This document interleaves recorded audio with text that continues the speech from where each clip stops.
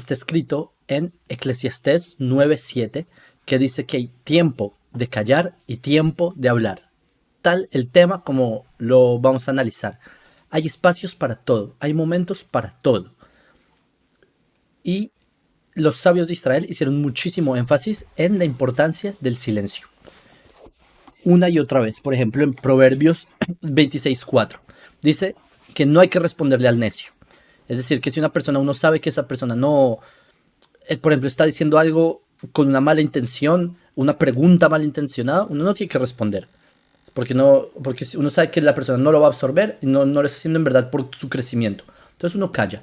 Por ejemplo, en Proverbios 17:28, que dice que por otro lado, aun cuando el necio calla, es considerado como si fuera un sabio. Es decir, acá el Tanaj, la Biblia hebrea, nos está diciendo el valor de guardar silencio. Porque si una persona logra callar en momentos de ofensa, en momentos que cualquier persona se exalta y la persona mantiene su cordura, su postura y prefiere callar, la persona se considera, incluso un necio se consideraría como un sabio. En el Tratado de Pesajim también dice que el silencio es bueno para los sabios, con mayor razón es bueno para los necios. Otra enseñanza, recuerdo, esta la aprendí de un rabino hasídico, que la boca tiene dos puertas. En nosotros, para, digamos, nuestro contacto con el mundo tiene puertas. Los ojos tienen los párpados, los oídos se pueden tapar así, todo se puede tapar. Es decir, nosotros podemos poner un muro, algo que bloquee entre lo que es el mundo externo y nosotros, para, por ejemplo, evitar ver algo negativo, evitar escuchar algo negativo. Pero la boca tiene dos puertas, los dientes y los labios. ¿Por qué tiene dos puertas? Porque la boca es muchísimo más poderosa. Porque con la boca uno puede destruir, uno puede acabar. Hay es un relato que se trae en la literatura rabínica de un sabio, un rabino, que le pide a su alumno que le dé la mejor parte de la vaca. Entonces, que le traiga y se la prepare. Entonces el alumno va rápido y le prepara una lengua, la lengua de la vaca. Bueno, al otro día, el rabino le pide a su alumno, quiero que me prepares la peor parte de la vaca. Entonces el alumno va rápido y ¿qué le trae? La lengua. Y el rabino le pregunta, hey, yo te pedí ayer que me des la mejor parte de la vaca y me diste la lengua. Y hoy que te pido que me des la peor parte, me das la lengua. Y el alumno le dijo, la vida y la muerte están en manos de la lengua. Es decir, con las palabras uno puede destruir y uno puede construir. Por eso es que tiene dos puertas. Es decir, hay realmente, si una persona decide hablar cuando no es debido o callar también cuando no es debido, que esto es hacia donde me dirijo, se crean mundos o se destruyen mundos. Había un rabino, él estudió con el Rabul Sherki, el Rabban Nazir.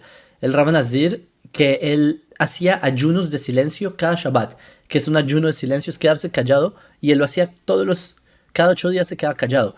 Y es, incluso, había una época que era desde Elul, Rosh Chodesh Elul, desde que comienza el mes de Elul, hasta Yom Kippur, que son como 40 días, él callaba. Es algo muy difícil, pero vemos que una y otra vez, y hay muchísimas más fuentes, quizás ustedes conocerán, como los sabios de Israel hicieron mucho énfasis en guardar silencio. No obstante, callar no es algo normal. El ser humano no está programado para callar. Es verdad que dice que es como valiente el que domina sus instintos. Aún así, no es normal callar, sino que el silencio debe ser curado. ¿A qué les explico? ¿A qué voy? Les voy a hablar un poco de esto. Es un tema un poco cabalístico, pero estaba buscando un libro, un Tanaj, pero lo voy a buscar acá en internet. De Génesis, ¿sí? Génesis, esto está en Génesis 2. ¿Ok? Ok. Dice en Génesis 2, yo les voy a leer un poco del hebreo y les voy a traducir. Dice, Génesis 2, versículo 5. Dice, Behol sea Hasadet Teremie. Dice que aquí está hablando, o sea, en este versículo, que cuando es la primera hierba que se menciona en la Torah. Y la primera hierba que se menciona en la Torah se llama siach. Siach es hierba, pero siach también en hebreo significa conversación. Y entonces acá está hablando de este versículo de cuando aún no llovía, porque el hombre aún no trabajaba la tierra. Entonces vemos que aún no salía la hierba de la tierra, siach, que también es conversación, resulta ser. Y luego el versículo continúa diciendo, y dice, Ve Adam en la avod et Adama. Y que el hombre no estaba para trabajar la tierra. Adama es tierra. Pero la raíz es domem. Domem es callarse. Entonces vemos que en el mismo versículo está que esta conversación natural, pero no está el hombre para que la calle. Es decir, el ser humano es el que tiene este control de trabajar la tierra, es decir, trabajar el silencio, es algo que depende del ser humano y está en su naturaleza. Y de hecho el siguiente versículo dice, Ve'ed ya'ale min ha'aretz, que dice que el vapor subirá de la tierra. Pero la palabra ed, que en hebreo es vapor, es casi como la palabra Adam. Se le falta la mem al final. Ed, Adam, ¿sí? No sé si ustedes se familiarizan con las letras. Espero haberme expresado. Pero, ¿a qué se refiere toda esta narrativa de que no había salido la conversación y el hombre no estaba para trabajar el silencio? A lo que se refiere, y ya esto es en términos un poco cabalísticos, que miren, a mí, de lo que conozca, no me gusta hablarlo en público, pero ustedes son un foro en el que yo confío este tipo de enseñanzas. Y es que el ser humano tiene esta capacidad de poder elaborar lo que implica la conversación. Y aquí es a donde voy.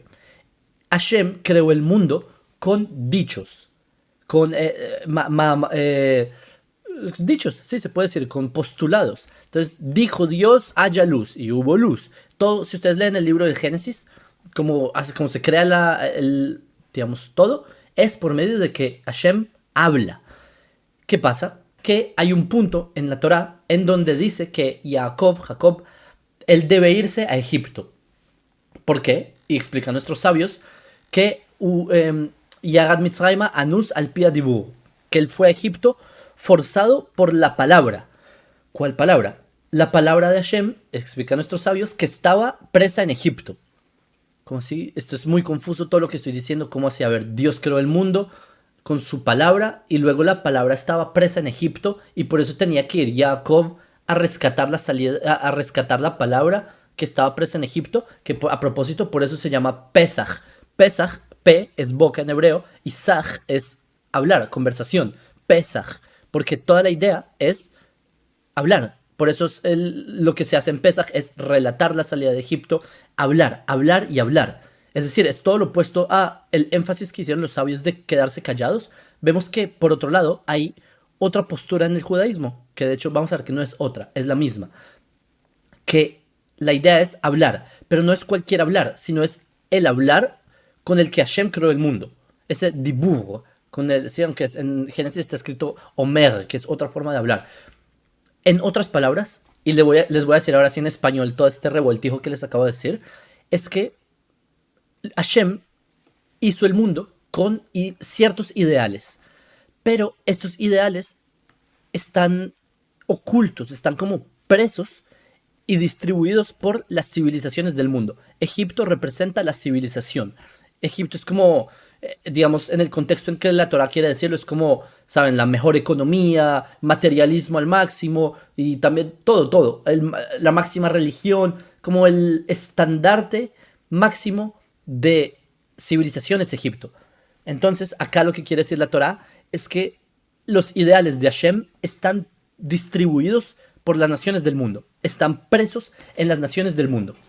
Está escrito, esto está en Génesis 27, versículo 22, que dice, Hakol kol Yaakov ve'ayadayim yede Esav. Que esto es cuando Jacob va y le pide una bendición a su padre, a Isaac, y Jacob se disfraza de Esav. Y Isaac le dice, hey, la voz es como la voz de Jacob, pero las manos son como las manos de Esav. ¿A qué se refiere? A que lo que Isaac va a bendecir, realmente a Isaac no le importaba si estaba bendiciendo a Jacob o a Esav. Lo que a Isaac le importaba es que estaba bendiciendo a un individuo cuyas acciones son Esav, es decir, este mundo, el accionar, la civilización, Edom, porque Esav es Edom, y su voz es la voz de Jacob, es decir, su interior es la Torah. Y aquí es donde viene la síntesis en la que yo quiero ahora sí converger. Y es que la idea es que hay momentos para hacer silencio, pero ese es el momento para hablar. Estamos en la generación que ese es el momento de hablar, el momento de no callar. Y les voy a explicar por qué. Esto lo trae el Rav Kook en Ogota Kodesh, que no me voy a poner a leerlo para no traducirlo, se me corrió. eh, Ogota Kodesh, volumen 3, parte 2, que dice que, y está explicando este versículo de Eclesiastés con el que empecé, de que hay tiempo para hablar y hay tiempo para callar. Acá el Rav Kook, que es el rabino de mi página, a propósito, como el logo, ese es el rabino Rav Avraham Yitzhak Cohen Kook, y ahí él explica que el silencio tiene un nivel por sí mismo. También, o sea, es muy importante.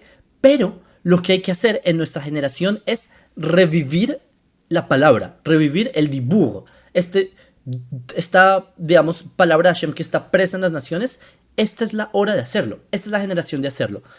Y ¿cómo lo hacemos? Y ahora sí, ¿cuál es el momento de callar y el momento de hablar? El momento de callar, en grandes rasgos, es si los ofenden, si les quieren hacer, como todas estas peleas del ego del ser humano, todo esto, momento de callar. O sea, son cosas diminutas. Nosotros nos ofenden hoy, ok, en 50 o 70 o 100 años no estamos aquí. Ok, no pasa nada. Pero hay cosas que sí podemos transformar y son esos ideales que están ahí y ustedes como Bnei Noach, ustedes ya los están encontrando. Ustedes son esas personas en las naciones del mundo que son el despertar de cada nación. Ustedes en cada país en donde están, ustedes son ese dibur, esa palabra de Hashem que está presa en cada nación. Ustedes al llegar al monoteísmo están liberando ese ideal y están elevando a las sociedades de ustedes. Ustedes están comenzando un proceso que la humanidad va a ver un cambio muy loco, muy drástico en este, digamos, no sé, un siglo que se nos acerca. Y yo espero que más rápido, pero definitivamente se acerca algo muy grande. Y entonces, ¿cómo distinguir cuándo callar y cuándo hablar? Cuándo callar, pues, usted ya entendió en el punto, ¿sí? Cuando son cosas realmente innecesarias, la discusión, la discordia, un necio, no hay sentido. ¿Sí? Sí, uno se lo traga un poco, pero cuando son ideales, cuando es algo realmente que ustedes pueden ver que esto es algo que puede transformar, bien sea una persona, bien sea, obviamente, con mayor razón, a nivel social, a nivel global, no hay que callar. Hay que sacar ese dibur, esa palabra, porque está presa en las naciones y es la idea que ustedes logren liberarla. A eso se refiere y espero que este corto tiempo haya alcanzado para explicar en grandes rasgos y el resto lo dejamos para preguntas. Gracias, Jacob. Excelente. Bueno, vamos a dar la posibilidad para los que están en sala de hacer alguna pregunta con respecto al tema que ha hablado Jacob de una forma concisa. Pueden levantar la mano, así yo les voy dando la oportunidad de hablar, o si no, pueden escribir en el chat. A veces pueden dejar las preguntas y nosotros las anotamos y después posteriormente las podemos enviar a Jacob. Bien, tenemos la mano levantada de Pepe. Vamos, Pepe. José. Buenas, Jacob. Muchísimas gracias por compartir tu tiempo con nosotros. Es la primera vez que estoy en una conferencia contigo, pero es como que hubiera estado 1.000.000 de veces, porque te escucho casi todos los días. Primer término, agradecerte bastante por compartirnos y tratar, pues, de que esto que se ha estado cocinando desde hace ya algún tiempo ya se vuelve una realidad. Básicamente la pregunta es si los sabios de Israel pues nos dan lo macro, pero si hay alguna receta o algunos ejercicios de cómo ayudar a controlar la lengua, los impulsos y eso. Esa era la pregunta. Sí, Gracias. por supuesto. Antes que nada, bueno verte por acá. De verdad me alegra que pues escuchar estas palabras. Y sin duda, hay toda una literatura sobre esto. O sea, de las leyes que hay sobre y de los campos, hay algo que se llama la Shon Hara, que es la Shon Hara traduce como la lengua mala. Y uno de los más grandes sabios del siglo pasado, antepasado, finales y pasado, el Hafetz Haim se llamaba, escribió volúmenes, pero particularmente un libro que se llama Shmirat Halashon. Significa cuidar la lengua.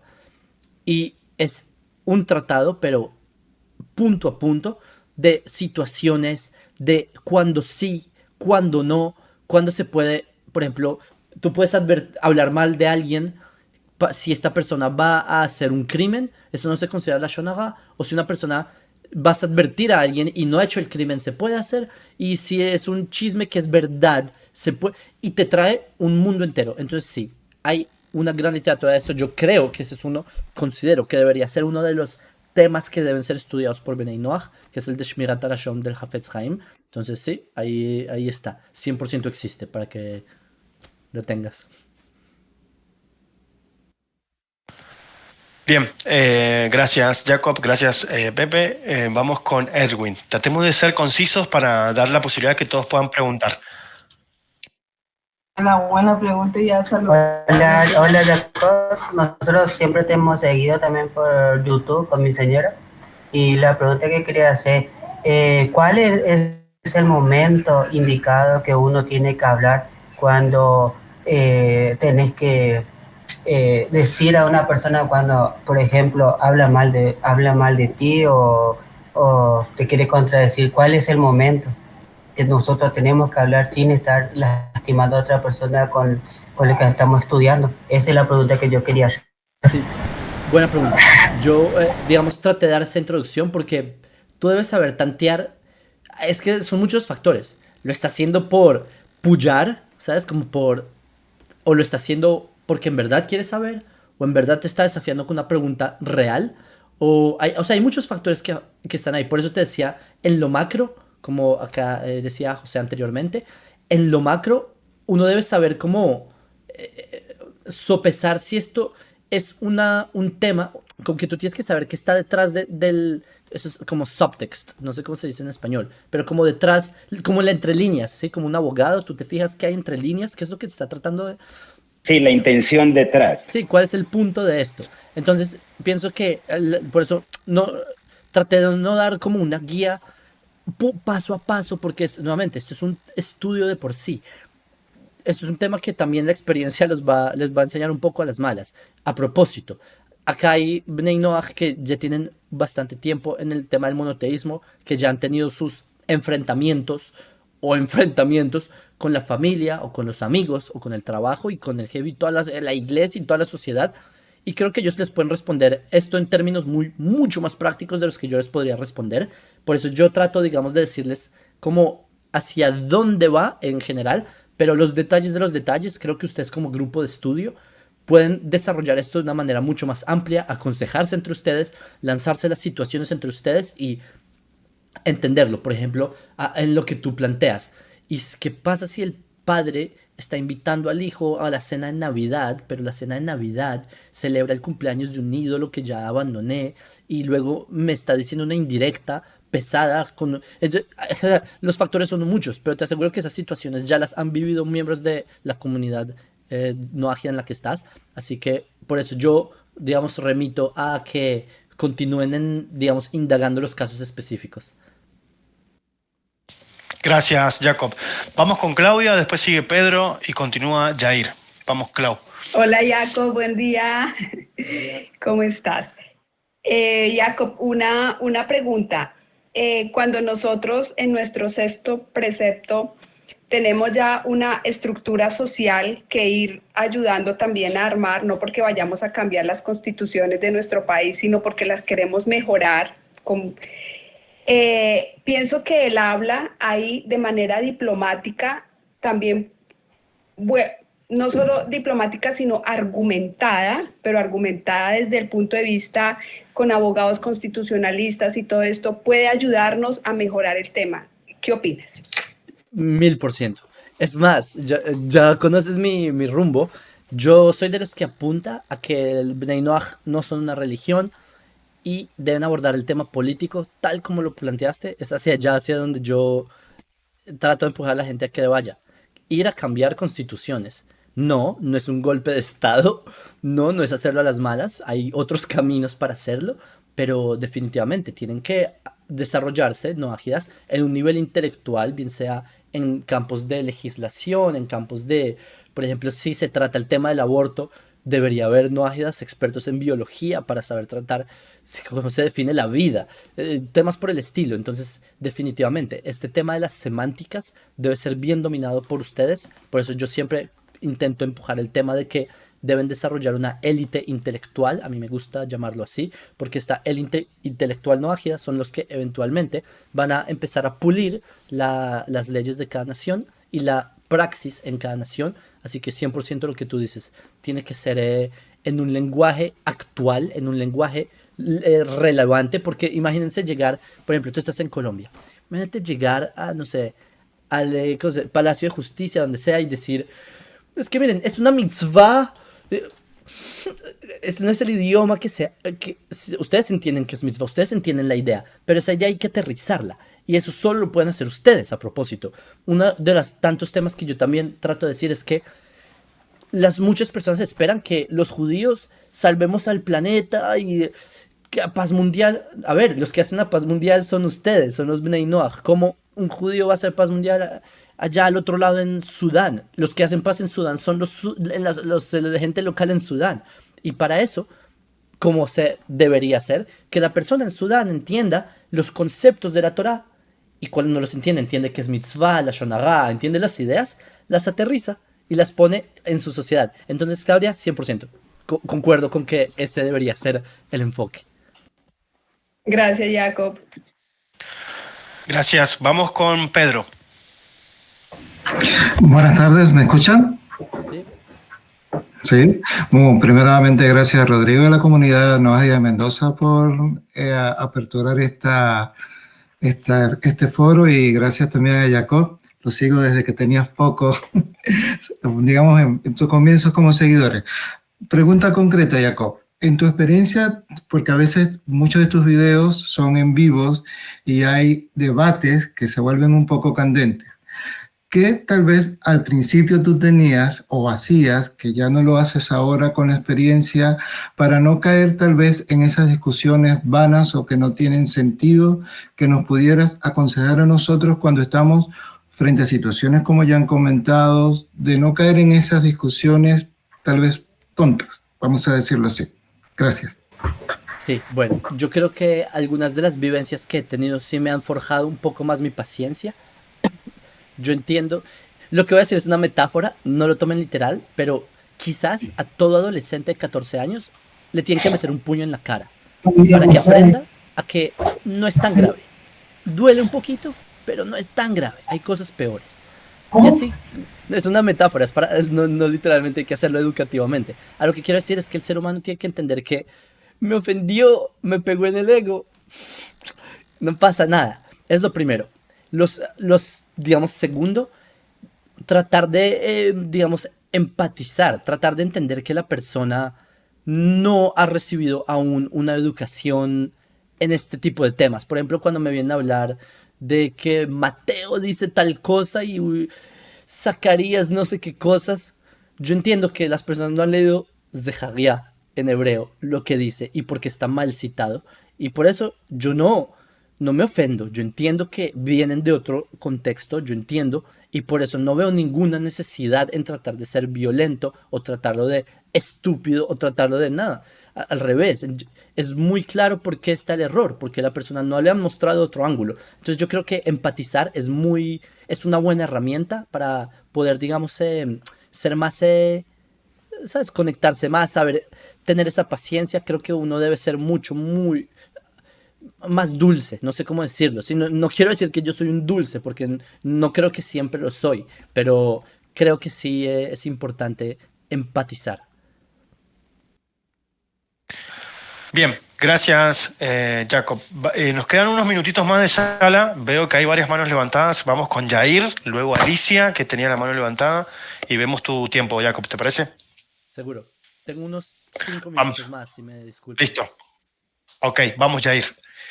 Ok, bueno, buenas tardes, Jacob, buenas tardes, Rodrigo. Voy a ser conciso. Mi pregunta es la siguiente. Voy a trazar un paralelo con algo interesante que has dicho sobre la historia de Bereshit. Vemos que en Bereshit el relato nos dice que el hombre tiene que trabajar la tierra y ganarse el pan con el sudor de su frente. Yo estaba trazando un paralelo, ¿no? Quizás de una manera mensaje espiritual, que a lo mejor de esto se trata, ¿no? Llegar a la rectificación del Tikkun Olam, teniendo en cuenta que se trata de un nuevo sistema organizado de manera constitucional, legislado internacionalmente.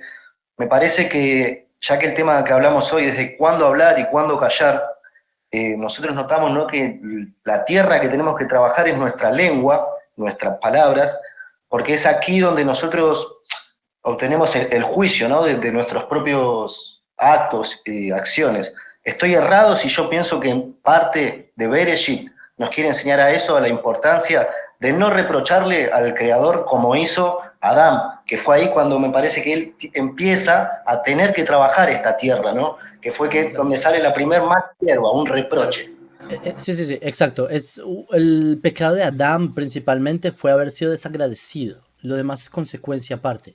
El desagradecimiento es esto, lo que tú dices, reprochar algo que Hashem le dio, que fue a la mujer, ¿no? Es desagradecido. Entonces sí, 100% lo tienes claro. También lo que tú dices, hay muchas dimensiones en cómo se entiende la Torah. De hecho, hay 4 niveles de la Torah y cada nivel explica Ibn Ezra pero es Rav Sadia Gaon, que es cada letra de la Torah tiene 600.000 explicaciones. Es decir, la idea es que hay muchas explicaciones, así que sin duda también está el punto de trabajar nuestra lengua. Y de hecho, el libro que le comenté a José, del Hafetz Haim, trata este tema, basándose también en textos de Bereshit. Entonces, seguro. Bien, vamos con Alicia. Sí, Shalom, Jacob, saludos desde Costa Rica. Mi pregunta es esta. He escuchado y he visto acerca de las historias del Hafetz Haim y historias judías donde la persona, cuando es avergonzada, calla y pide un favor a Hashem y eso se le cumple. Mi pregunta ¿es así con el Noah Hida también? Gracias. Seguro.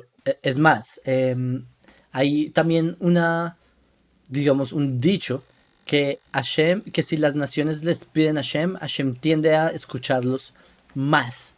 ¿Por qué? Porque Hashem no quiere que su nombre sea profanado entre las naciones. Algo así.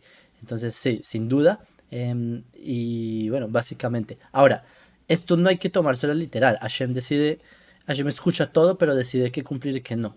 Obviamente no, tampoco es que, bueno, alguien me puede ofender, listo, me ofendió, Dios, dame la lotería. Tampoco es así, ¿sí? No es tan al pie de la letra, pero básicamente la idea es que los momentos en que el ser humano está en su, digamos, más abajo, es cuando la persona puede tener esta potencial de estar más conectado hacia arriba, algo así. Muchas gracias. A ti. Buenas noches para vos, Jacob. Dios te bendiga. Por acá desde tarde acabemos de almorzar. Bueno, no estoy equivocado, creo, al pensar de que voy a rejuntar un poquitito todo lo que ya veníamos viendo contigo con tus conferencias. Esta generación de Bnei Noach la va a tener difícil por el hecho de que realmente necesita tener gente con un peso al hablar. Como vos mismo decías, que la academia va a ser algo fundamental para que el mensaje de un Bnei Noach pueda ser validado. En un sentido, tal vez no en esas mismas palabras, pero sí en un sentido de que, a ver, yo no creo que las 7 leyes o las diferentes ramificaciones contradiga algo de las constituciones que tenemos en nuestros diferentes países o en nuestra cultura. Pero enfocar digamos, de manera retroactiva, me parece que va a ser un desafío bastante grande si es que no tenemos capacitación. Ahora mi pregunta es, a mí me preocupa un poco esto, porque a nivel de academia, a lo máximo que yo podría aspirar tal vez es a ser licenciado en música.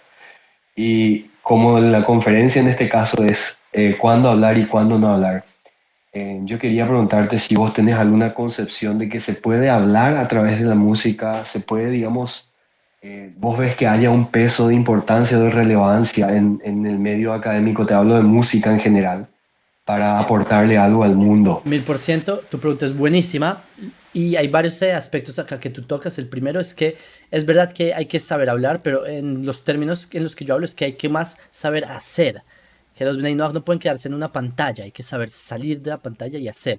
Obviamente hay que saber hablar para poder expresar estas ideas. Hablar no solamente es unir tres palabras, hablar es de expresar estos conceptos, ¿sí?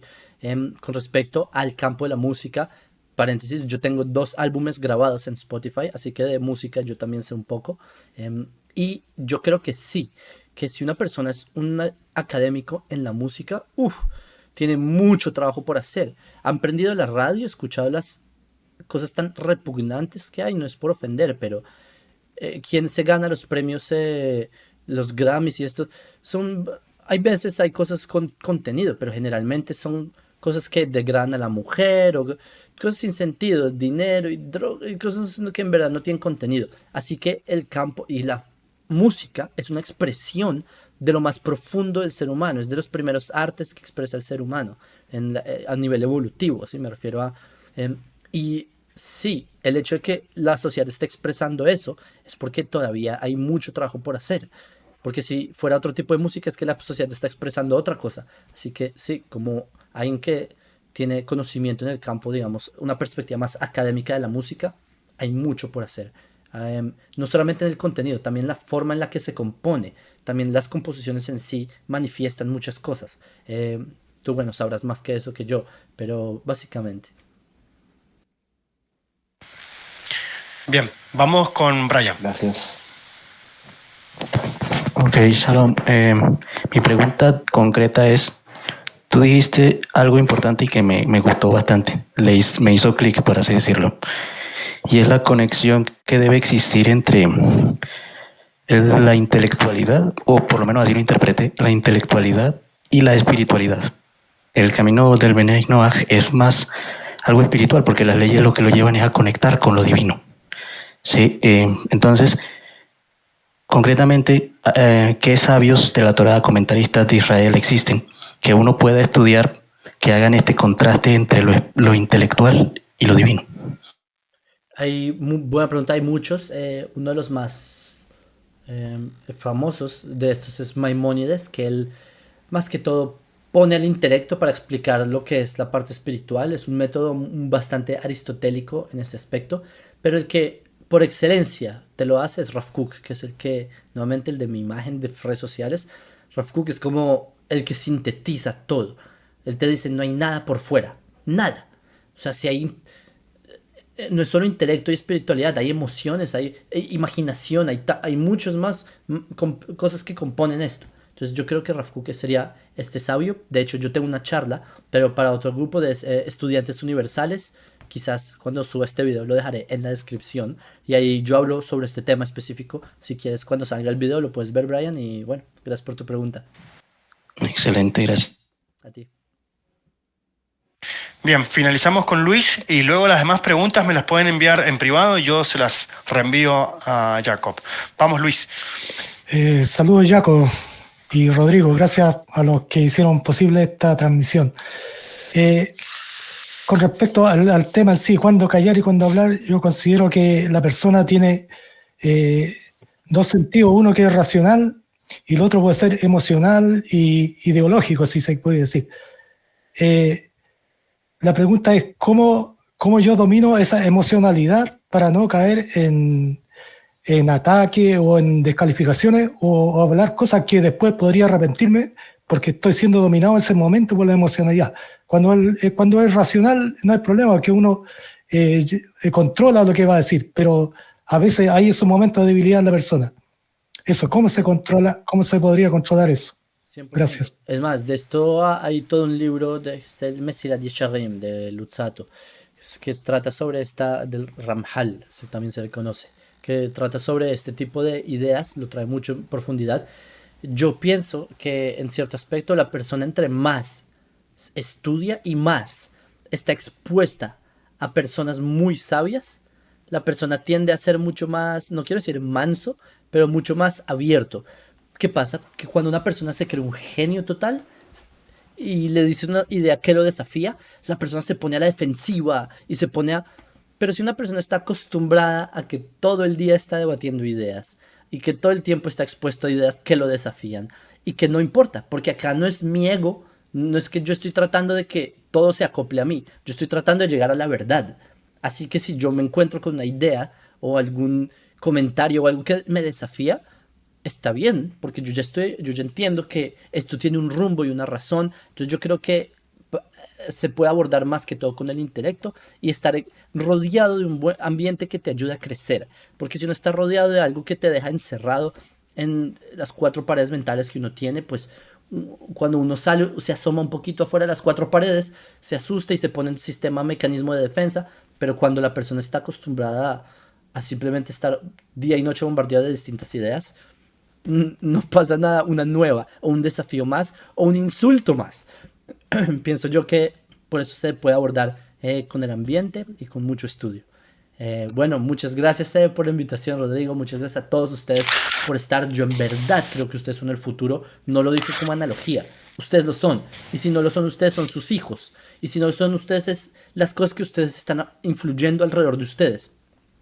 Yo en verdad quiero que ya llegue a ese mundo en 100 años, 200 años, no sé cuánto puede tomar un proceso así. Puede que sea mucho más rápido, no sé, pero yo creo que ustedes están poniendo algo muy fuerte. Ustedes pueden ver cuánta tensión tiene Israel en el mundo, cuánto miedo tienen las religiones. El Islam tiene miedo, el cristianismo, todos pendientes de qué va a pasar. Y ustedes son los que decidieron ir de la mano con Israel en este objetivo que dijeron los profetas. Así que pienso que algo grande espera.